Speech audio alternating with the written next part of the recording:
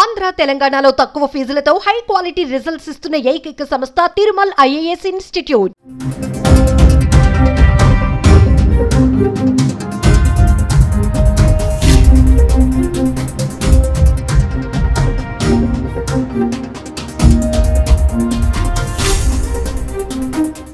China virus HMPV వచ్చేస్తోందంటూ దేశవ్యాప్తంగా ఆందోళనలు మొదలయ్యాయి.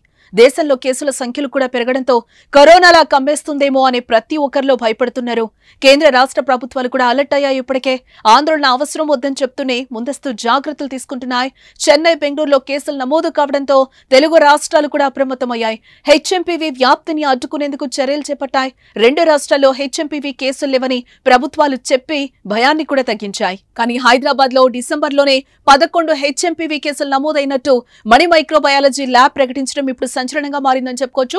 గత నెలలో పలువురు వైరల్ ఇన్ఫెక్షన్ తో బాధపడిన 258 మందికి శ్వాసకోశ వైద్య పరీక్షలు నిర్వహించగా అందులో 205 మంది ఎగువ శ్వాసకోశ సమస్యలున్నట్టుగా వెల్లడించింది.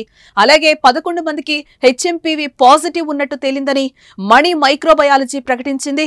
ఈ వైరస్ తో ఎటువంటి భయం లేదని, చాలా ఏళ్లుగా భారత్ లో ఉన్నట్టు ఐసీఎంఆర్ కూడా ప్రకటించిన విషయాన్ని తెలిపింది.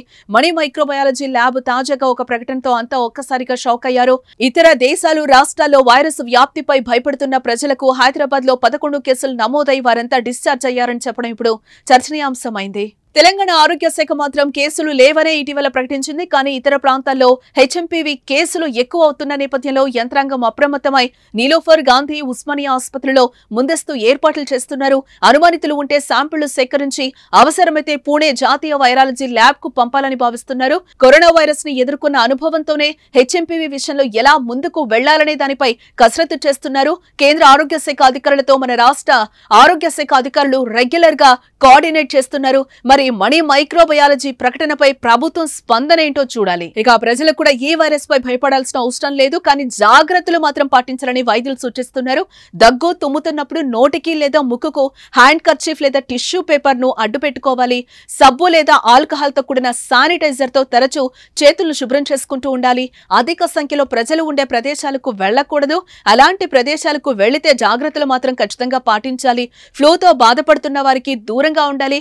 జ్వరం, దగ్గు, జలుబుతో బాధపడుతుంటే బహిరంగ ప్రదేశాలకు అసలు వెళ్లకూడదు. పౌష్టికాహారం తీసుకోవాలి. బహిరంగ ప్రదేశాల్లో ఉమ్మి వేయకూడదు. దగ్గు, తుమ్ములు, జలుబు వంటి లక్షణాలు ఉంటే ముందు జాగ్రత్తగా వైద్యులనైతే సంప్రదించడం చాలా మంచిది. హెచ్ఎంపీవీ చిన్నపిల్లలు, వృద్ధులపైనే దాడి చేస్తుంది కాబట్టి వారిని మనం జాగ్రత్తగా చూసుకోవాల్సిన అవసరం ఎంతైనా ఉంది.